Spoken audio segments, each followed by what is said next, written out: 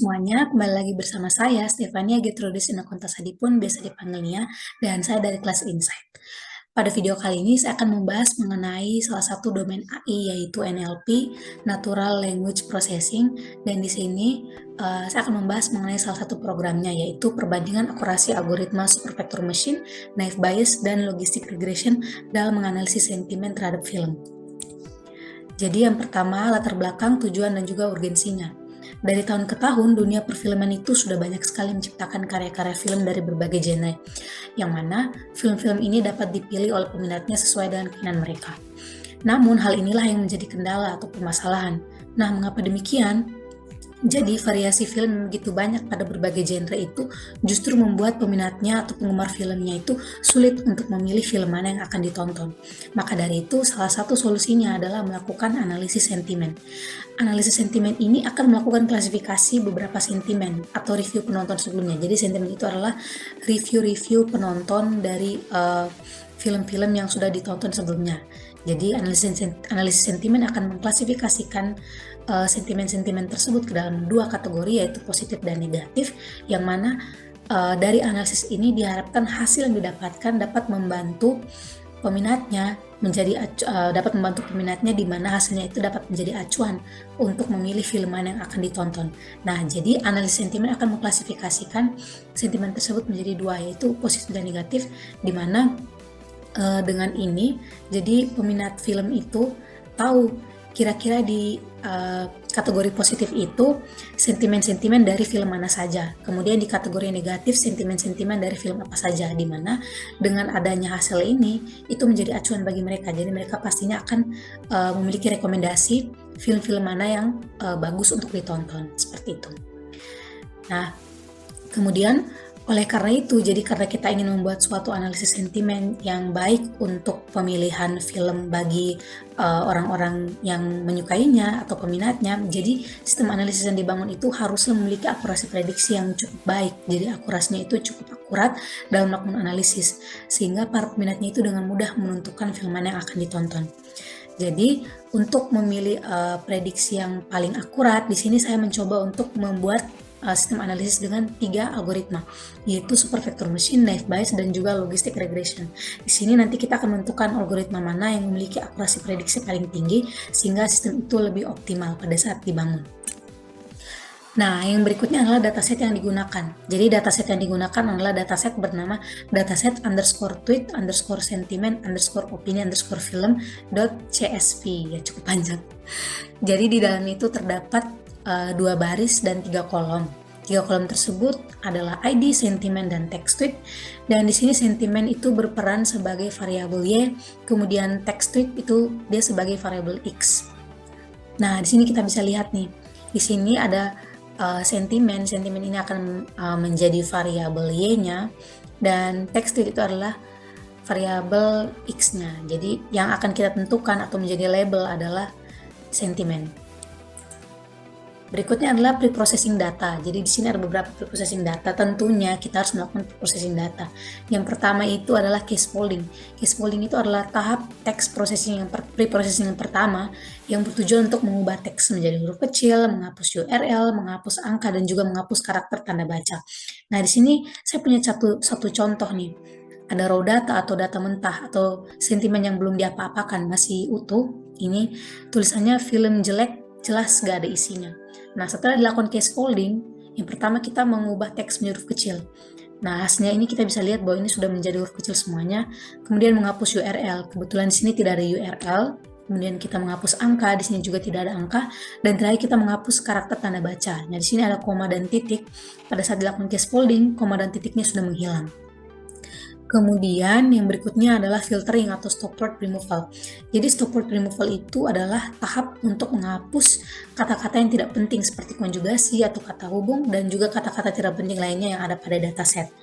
Nah, contohnya di sini kita masih menggunakan contoh yang sama ya, biar kita tahu perbedaannya seperti apa. Nah, di sini raw datanya adalah film jelek, jelas gak ada isinya. Pada filtering atau stop word removal, kata-kata yang tidak penting pada raw data ini itu adalah kata ada dan kata jelas. Jadi pada saat kita melakukan stop word removal, kata ada dan jelas itu sudah dihilangkan, jadi sisanya tinggal film jelek gak isinya, seperti itu. Preprocessing data yang ketiga itu adalah word normalization atau word normalize. Jadi di sini adalah tahap untuk mengubah slang word atau kata-kata gaul dan juga kata-kata tidak baku. Misalkan singkatan itu akan diubah menjadi kata-kata baku. Masih sama, menggunakan contoh yang sama. Jadi di sini raw datanya film jelek jelas gak ada isinya. Kemudian kita lakukan case folding, stop word removal, dan terakhir yang ketiga kita lakukan text normalize. Di sini kita mengubah slang word atau kata-kata gaul dan juga kata tidak baku. Nah, di sini kata tidak baku itu adalah kata ga. Ga di sini berarti kan tidak. Nah, setelah dilakukan text normalize, kata ga akan berubah menjadi kata tidak. Kemudian yang terakhir adalah stemming, di mana stemming adalah tahap untuk mengubah kata imbuhan menjadi kata dasar. Nah, perubahan kata ini itu diperlukan sehingga sehingga feature-nya atau variable x-nya itu tidak terlalu banyak. Kemudian, nah ini ada contoh. Jadi di sini kata imbuhan itu isinya. Di sini kan kata dasarnya harusnya isi, tapi di sini ada penambahan imbuhan jadi dia menjadi isinya. Nah, setelah kita lakukan stemming, dia akan menghapusnya dan hanya menyisakan isi. Jadi akan menjadi film jelek tidak isi.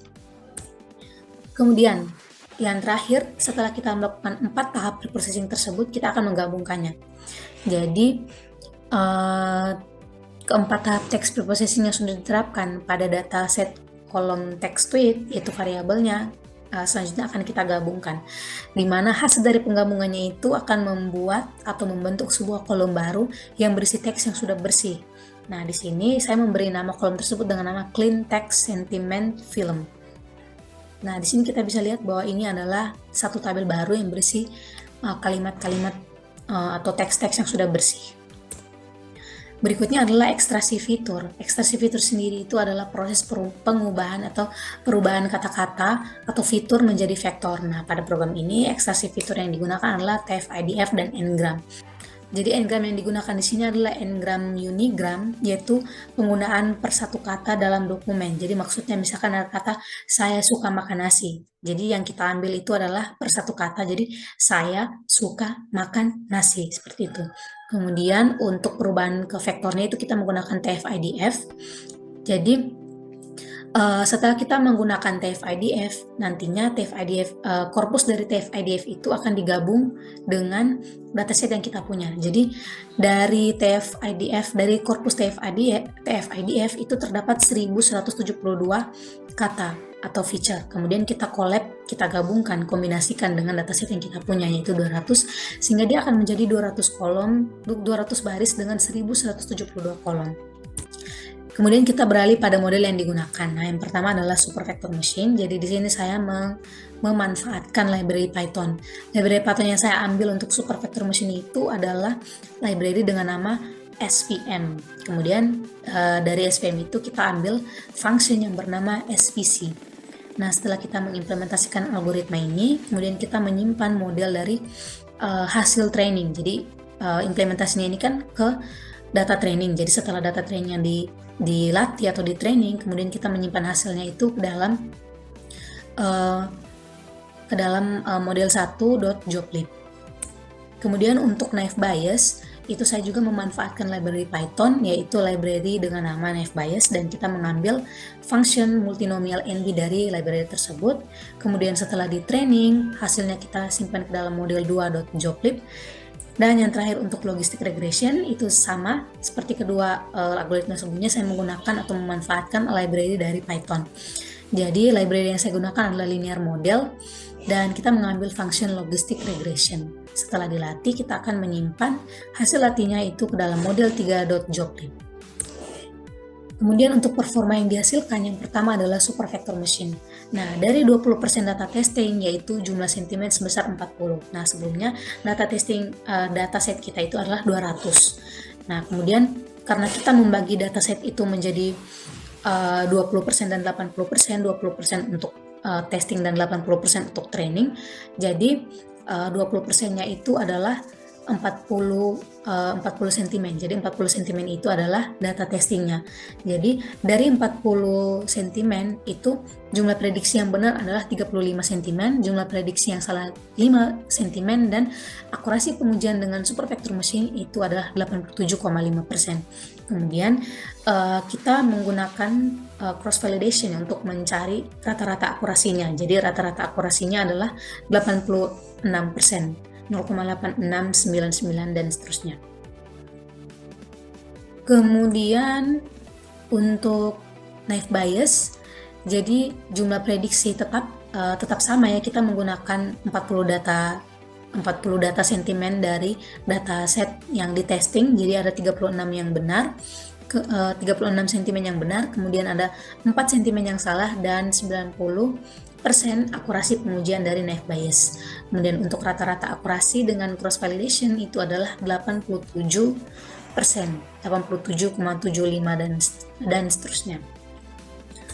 Kemudian yang terakhir untuk logistic regression, itu jumlah prediksinya yang benar untuk sentimennya itu adalah 34 sentimen yang benar, yang salah itu adalah 6 sentimen, dan akurasi pengujiannya ada 85%. Untuk akurasi rata-rata cross validation atau rata-rata akurasi pada cross validation itu 87,25%. Nah, jadi kan ada 3 model yang saya gunakan atau 3 algoritma yang saya gunakan. Jadi dari ketiga model tersebut tentu saja kita akan melakukan komparasi. Jadi kita akan melakukan perbandingan yang mana yang paling bagus. Nah, setelah kita melakukan perbandingan dan kita simpan ke dalam sebuah tabel, didapatkan bahwa model naive Bayes adalah model dengan akurasi terbesar. Jadi akurasinya 90% dan akurasi cross validation-nya 87%. Berarti dia dikatakan model yang paling baik di antara dua model lainnya, di antara super vector machine dan juga logistic regression. Jadi kesimpulan yang saya dapat dari program ini dapat disimpulkan bahwa di antara 3 algoritma, yaitu super vector machine, naive Bayes, dan logistic regression, yang paling ampuh dan yang paling baik untuk menyelesaikan masalah analisis sentimen, yaitu melakukan klasifikasi, adalah algoritma naive Bayes. Karena pada program ini, naive Bayes memiliki nilai akurasi prediksi yang paling besar di antara kedua algoritma lainnya, yaitu sebesar 90% dengan akurasi cross validation-nya sebesar 87,7%. Jadi itu saja yang dapat saya sampaikan pada video kali ini. Terima kasih telah menonton. Mohon maaf apabila ada salah kata dan ada penjelasan yang kurang dipahami. Terima kasih.